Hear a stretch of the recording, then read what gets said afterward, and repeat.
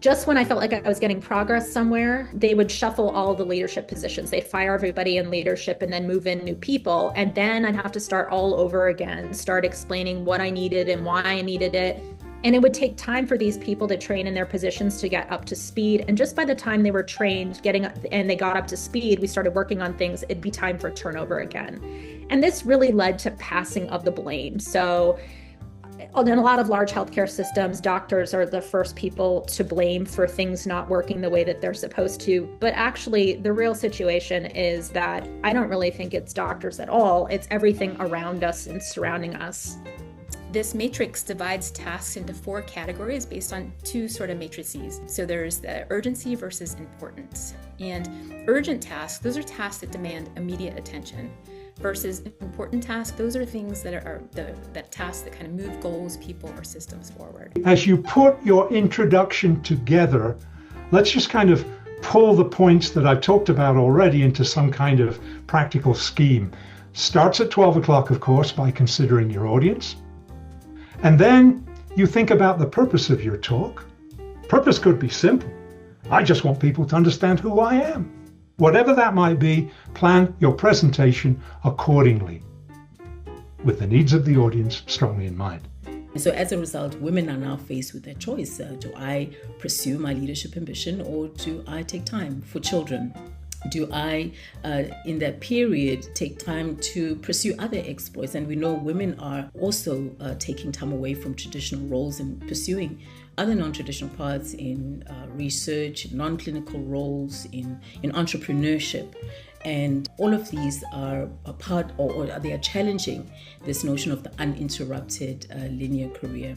Sometimes when I get physician clients who are in leadership positions, they were so thrilled to be picked, so happy to be tapped for a leadership role in some way. They're kind of the pick-me girl. They're, I'm happy to do whatever you want. I'm happy to please. It's all about me. We don't need to get this in writing. I trust you. It's all fine.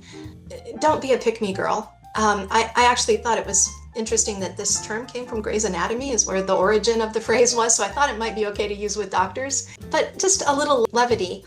Think that it's not just the girl with the ponytails raising the hand and saying, hey, I'll do it. We need documentation. I started to notice was that even with the conversations I was having where people were really effective leaders from all of the standard metrics, they had, you kind of start your leadership journey and maybe you have a sense of what you're supposed to be doing. And if you're really lucky, then you actually have role clarity, you know who you're leading, you know what you're responsible for, you know what your resources are, like you kind of know what your role looks like. It's not always true. I have lots of leaders who don't quite know who falls under their purview. There's a lot of confusion about who's leading who.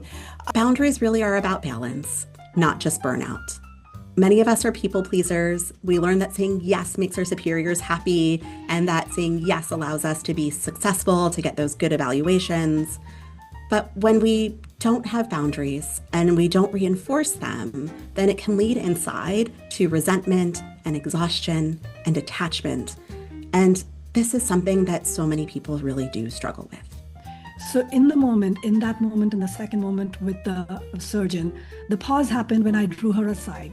When we walked away a few steps, those few seconds gave me a chance to reset, gave me a chance to calm down, to calmly approach her and tell her my concerns.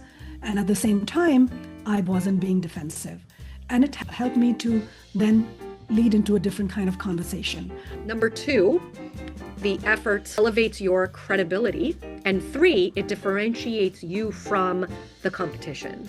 We don't like to talk about competition as physicians, but we should, because I think that we should all think more like entrepreneurs.